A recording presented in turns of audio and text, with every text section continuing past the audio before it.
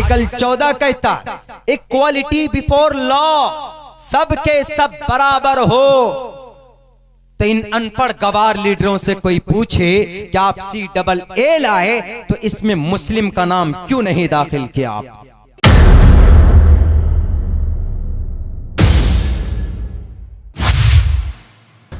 एक इतिहास आपको मैं बताता हूं, याद रखिएगा, मैंने आपसे पहले कभी नहीं बताया। इस देश में हजरत ईसा अलैहिस्सलाम की पैदाइश से पहले 6000 साल पहले द्राविड़ लोग रहते थे। बल्कि इस देश के जो असली जो मूल निवासी हैं वो कौन लोग हैं, हम में से बहुत से लोग नहीं जानते। वो यहां के संथाल,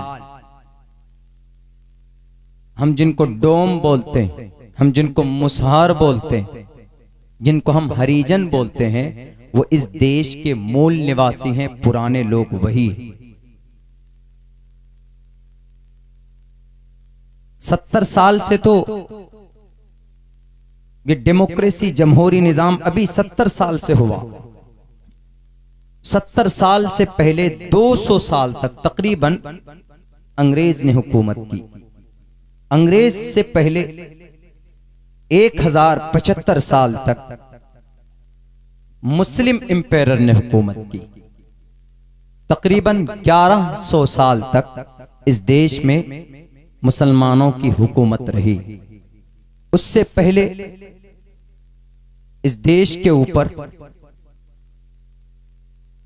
राजपूत का कब्जा रहा।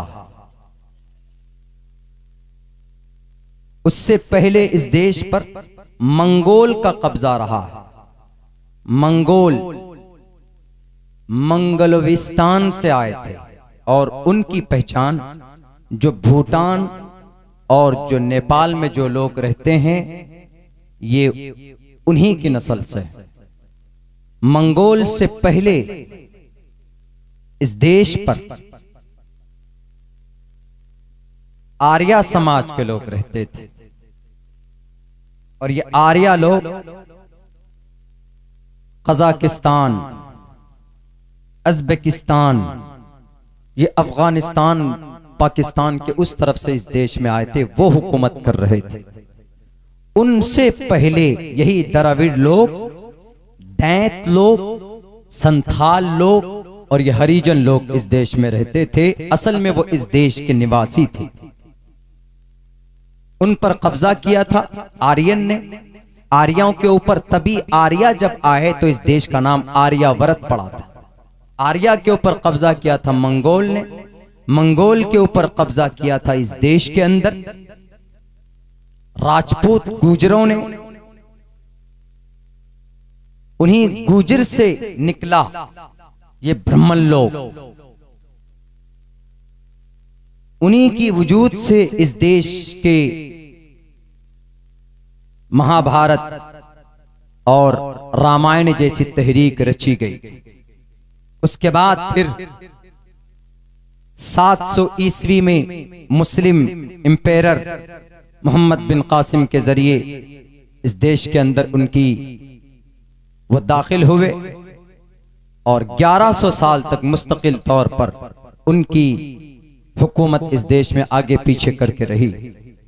उसके बाद फिर आखिर में मुस्लिम इंपेरर जब अंग्रेज का कब्जा हो रहा था, बहादुर शाह जफर जिसको कैद कर लिया गया था रंगून के जेल के अंदर और उनके बेटे के सर को काट कर थाली और तश्त में पेश किया गया था बहादुर शाह जफर को। अंग्रेजों ने उनको मारकर, उनको हराकर तब अंग्रेज इस देश में काबिज हो गए।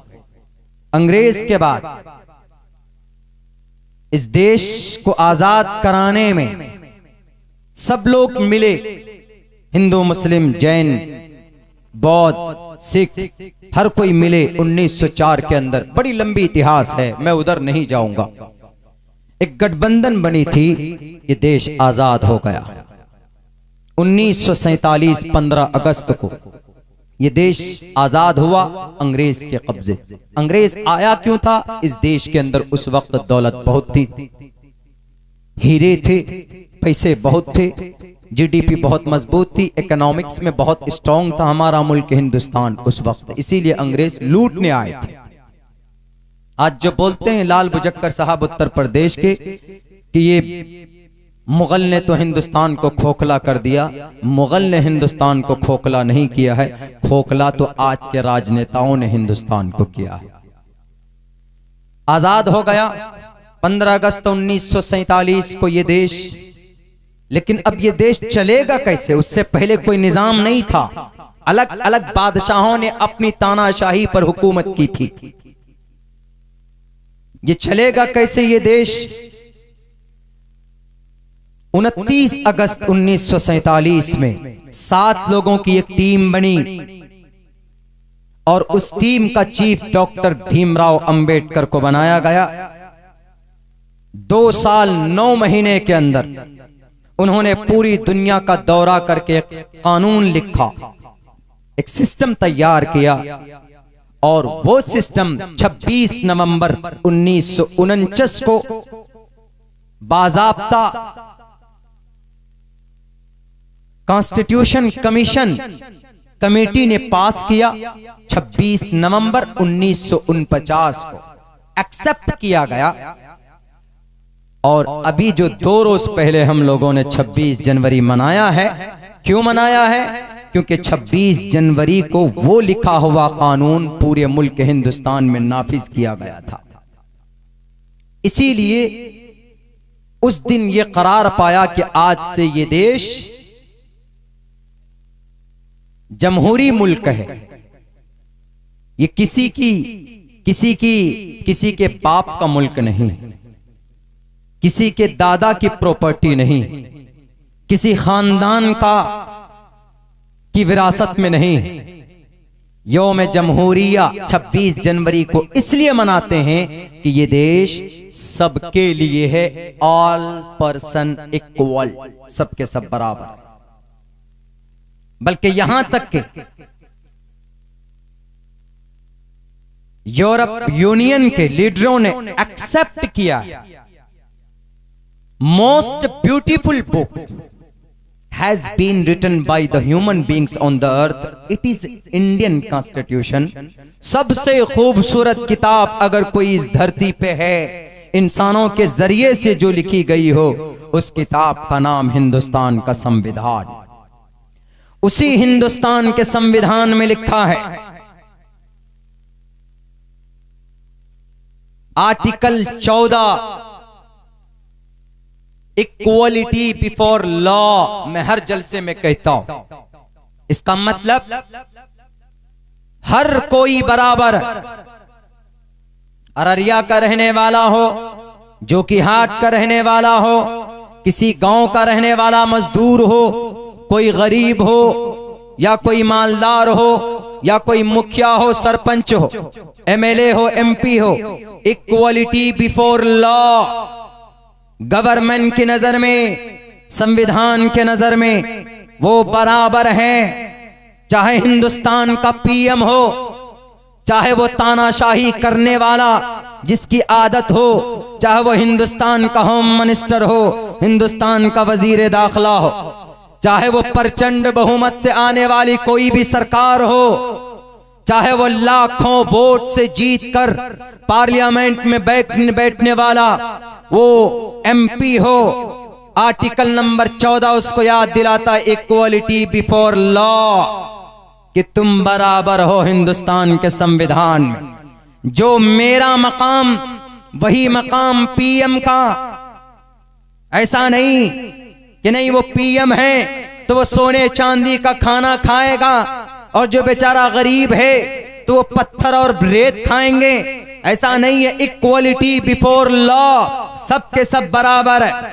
और अभी जो CAA लाया गया, ये CAA डायरेक्ट टच करता है, डायरेक्ट मुखालफत करता है आर्टिकल 14 का। आर्टिकल 14 कहता है इक्वलिटी बिफोर लॉ, सबके सब बराबर हो। तो इन अनपढ़ गवार लीडरों से कोई पूछे कि आप CAA लाए तो इसमें मुस्लिम का नाम क्यों नहीं दाखिल किया, आप क्यों नहीं उनको अलग कर दिया, क्यों अलग किया आपने उनको, जब संविधान कह रहा। देखिए, हिंदू मुस्लिम का मैटर बाद में, पहले संविधान का मसला है कि जिस संविधान को बनाने में 3 साल का टाइम लगा, जिस संविधान का तमहीद कहता है we the people of India, हम हिंदुस्तान के नागरिक हैं। हिंदुस्तान का जो संविधान, उसका पहला लाइन उठाकर देखिए, लिखा हुआ है we the people of India, हम हिंदुस्तान के नागरिक हैं। Article number 14, equality before law, the state shall not deny to any person equality before law और the equal protection of the laws with the territory of India. Article number 21 कहता है the protection of life and personal liberty and the state shall be not deny to any person, किसी भी आदमी को उसके धर्म के आधार पर प्रोहिबिशन ऑफ डिस्क्रिमिनेशन, उनको अलग नहीं किया जा सकता। कौन से चक्की का आटा खाकर बैठे हैं ये संविधान को बदलने चले, संविधान को